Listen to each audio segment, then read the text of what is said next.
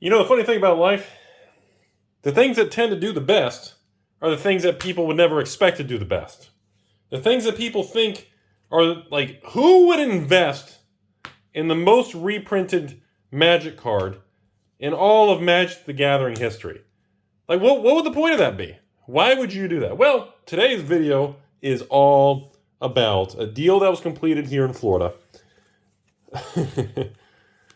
of literally a real nice gentleman who I guess already sold most of his collection, but was left over with basic land.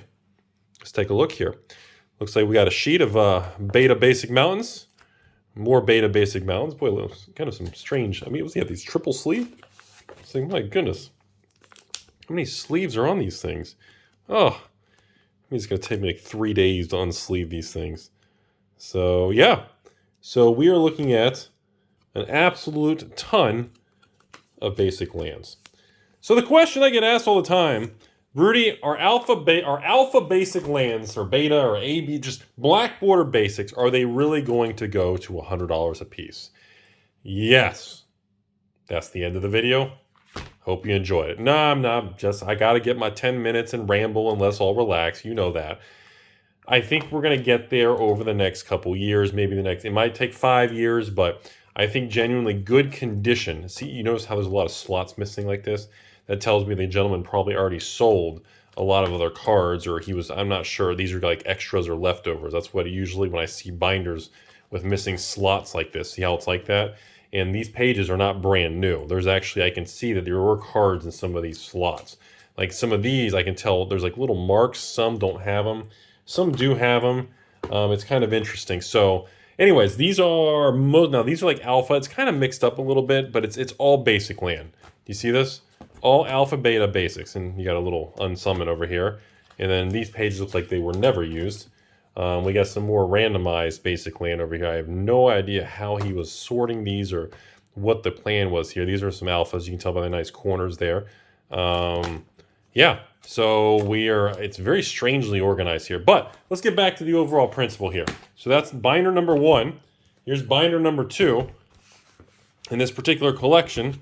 And this one has mostly, I would say mostly commons, maybe a couple uncommons. But some pretty cool iconic pieces here, ladies and gentlemen. For example, Alpha Disenchants, very cool card. You know, look at this page, Infamous COPs, garbage. Death Wards, garbage. Healing Salve, I like the background. You know, Flying Rudy the Pegasus, nothing dramatic. There's actually a cult following for the Drudge Skeleton card. Raised Dead, iconic. Howl from Beyond, it is iconic. The old Moan, Groan, and Stir zombies. Weakness with the creepy art. You know, over here, Stone Rains, Disintegrates, Terrible Dwarves. The infamous Mon Goblins, infamous Hurloin Minotaur over here for iconic kind of ABU days of the symbol of magic. Jump, terrible. Flight, terrible. I mean, I guess maybe, I don't know, non-flying creatures can't attack. There's a moat or something. You got to fly or jump or something. I don't know. You got some, again, commons. Red Elementals were always a big thing with blue elementals. Hey, uncommon lore. Wall of Wood, that's what she said. Not that great. Wild Growth, Streams, Tranquilities, Giant Growth. And we're back to basic lands. So we'll stop there for a second. Overall, I want to just have a conversation around this.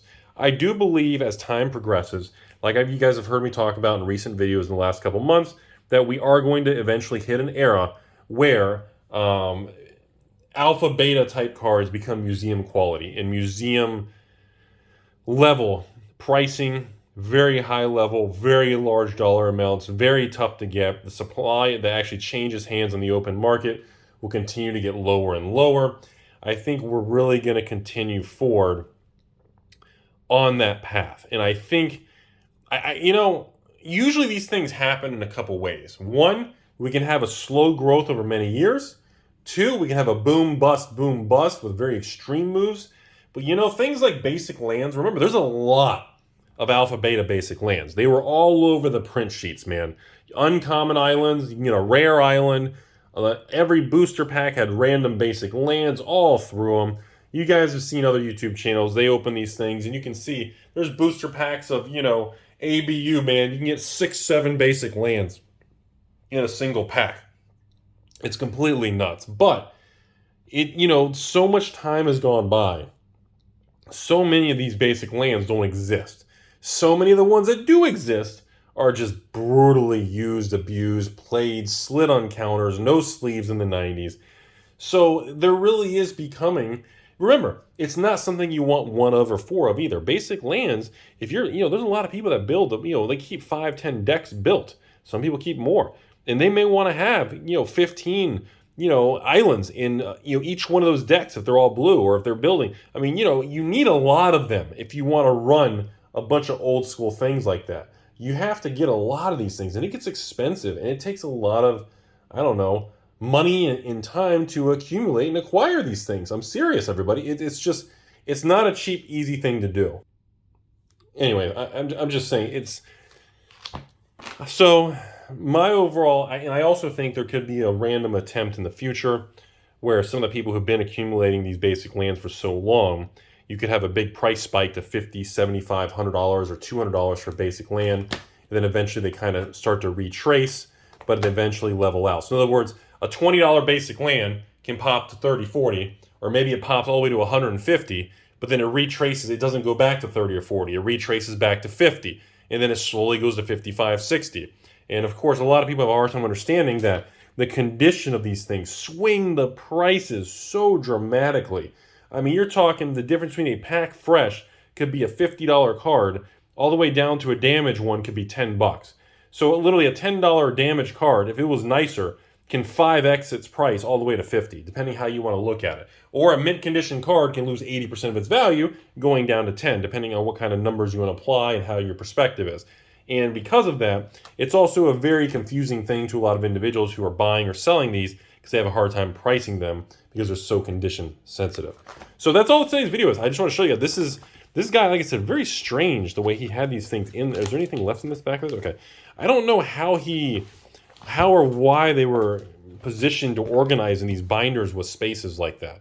And, when it comes to, like, common cards, like, are these all alpha commons? These are, okay, so this page is all alpha commons. I do think also that there will be a time in the future, alpha commons, doesn't matter what card it is, well, there'll be like a floor price of like $100 a card for a common. And again, that may be in a couple months, that could be in a year, it could be in 5 years. Trying to predict timing of the market is just an absolute dumb disaster way of trying to do this stuff. There's no way to really properly go about trying to time markets. And that's where most people fail. They fail on Wall Street, they do in their options trading. It's not whether or not they're right or wrong, it's that people get the timing wrong. That's the issue when people try to do these bets on Wall Streets with derivatives and option and calls and put options, and when they're trying to buy or flip things or sell things or pre-order something and hurry up and flip it. They're playing against the clock.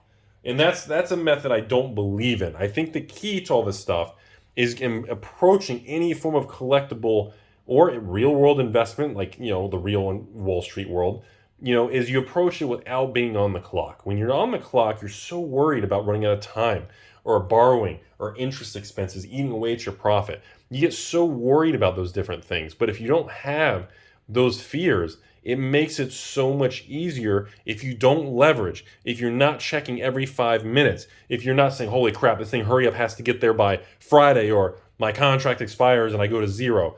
That's where people run into problems. Most people, your instinct's probably right. We all can probably agree that eventually these things are going to continue to go up. There's no way in 10 years from now they're going to be cheaper than what they are today. That's kind of my opinion. Could be wrong. I'll follow up and let you know in 10 years. No, I'm serious. I probably won't. I won't be on YouTube. But, if you remove the stress of worrying about timing, you'll realize this stuff becomes a lot more enjoyable. And you'll actually be right a lot more often, and you'll enjoy it, and you'll actually be more successful at it, and you'll enjoy the journey of going through it. And so, in conclusion, I think as investors and collectors continue to buy out and build positions in basic lands, I think less and less will be on the market, even though these are considered like the most common alpha beta card in existence. I do believe as they get in those diamond hand, really wealthier, stronger hand collections, they just disappear from the market. And as the weeks, months, years go by, that also helps push up the price pretty significantly. And again, a lot of people are going to argue against this. Rudy, why should a basic land be $100? Because it's not a basic land. It's the original thing it's historical. These are the original items invented, created, and printed in the early 90s that started it all. That was the alpha betas are like the test version. Like the alpha is called like the alpha printing, the alpha test print. Like beta is pretty much considered for a lot of people as the first edition because alpha was like a test printing thing. You know, it's kind of how it is, you know. So that's all I really have to say. Hope you all kind of, you know, be interesting to see what people's opinion is on basic lands. But that's where I think we're headed, folks. And I think it's going to get there. I don't know when, but I think it's going to get there. And I think that's what really matters.